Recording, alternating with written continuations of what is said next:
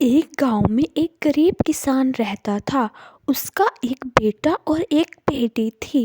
किसान अपने बेटा का विवाह करके कुछ साल बाद अपनी बेटी का भी विवाह एक अमीर घर में कर देता है। बेटी बहुत अमीर घर में गई थी। उसके घर में नौकर चाकर काम करते थे। किसान अपने दोनों बच्चों का विवाह करके इस दुनिया से चला गया। बेटी को धन की तो कमी नहीं थी। वही बेटा बहुत गरीब था। किसी तरह खेती मेहनत मजदूरी करके अपने परिवार का पालन पोषण करता था। उसकी पत्नी भगवान भोलेनाथ यानी शिव शंकर भगवान की बहुत बड़ी भक्त थी। गरीब होने के बाद भी वह भगवान से कोई शिकायत नहीं करती थी। वह थोड़े में ही गुजारा कर लेती और अपने परिवार के साथ खुशी से रहती। वहीं उसके पति की बहन धन ज़्यादा होने के कारण घमंडी थी। वह अपने भाई की गरीबी के कारण उनसे कोई रिश्ता नहीं रखना चाहती थी। उसकी बहन धन के घमंड में इतनी चूर थी कि अपने भाई को देखना तक पसंद नहीं करती थी। समय बीतता गया और बहन के ननंद की शादी पड़ी। उसने अपने भाई को बुलाया तक नहीं। किसी तरह उसके भाई को पता चला कि वह बिना बुलाए ही बहन के घर में शादी में चला जाता है। बहन उसको देखते ही अपने नौकरों से कहकर घर से बाहर ही लौटा देती है। भाई भूखा प्यासा रोते हुए जा रहा था। तभी रास्ते में उसको एक बूढ़ी माँ मिलती है।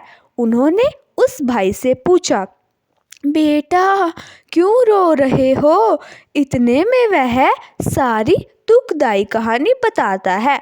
बूढ़ी माता ने उसे समझाकर चुप होने को कहा। बूढ़ी माता जी गरीब किसान के बेटे से कहती है कि यहीं पास में मेरा बगीचा है, चलो कुछ खा के आराम कर लो।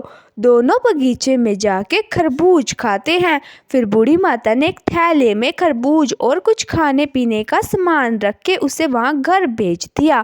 घर पहुँचने के बाद बच्चे सब अपने पिता के आगे पीछे घूमते हैं। उसकी पत्नी अंदर से पानी लेकर आती है और तुरंत थैला हाथ से लेकर देखने लगती है कि मेरी ननद ने क्या दिया है।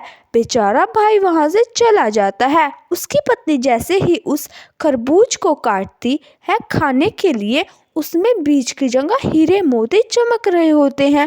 वह बहुत खुश होती है देखकर। फिर अपने पति के पास जाकर कहती है कि दीदी हमारी गरीबी देखा नहीं गया और इसलिए उन्होंने हमें इतना सारा धन दिया है। बेचारा किसान भाई सोच में पड़ जाता है और किसी से कुछ नहीं कहता है। अब बेचारा भाई बहुत ही धनी और पैसे वाला हो गया। भाई के अमीर होने की खबर धन के घमंड में चूर रहने वाली बहन को पता चला और वह बिन बुलाए अपने मायके यानी भाई के घर आती है।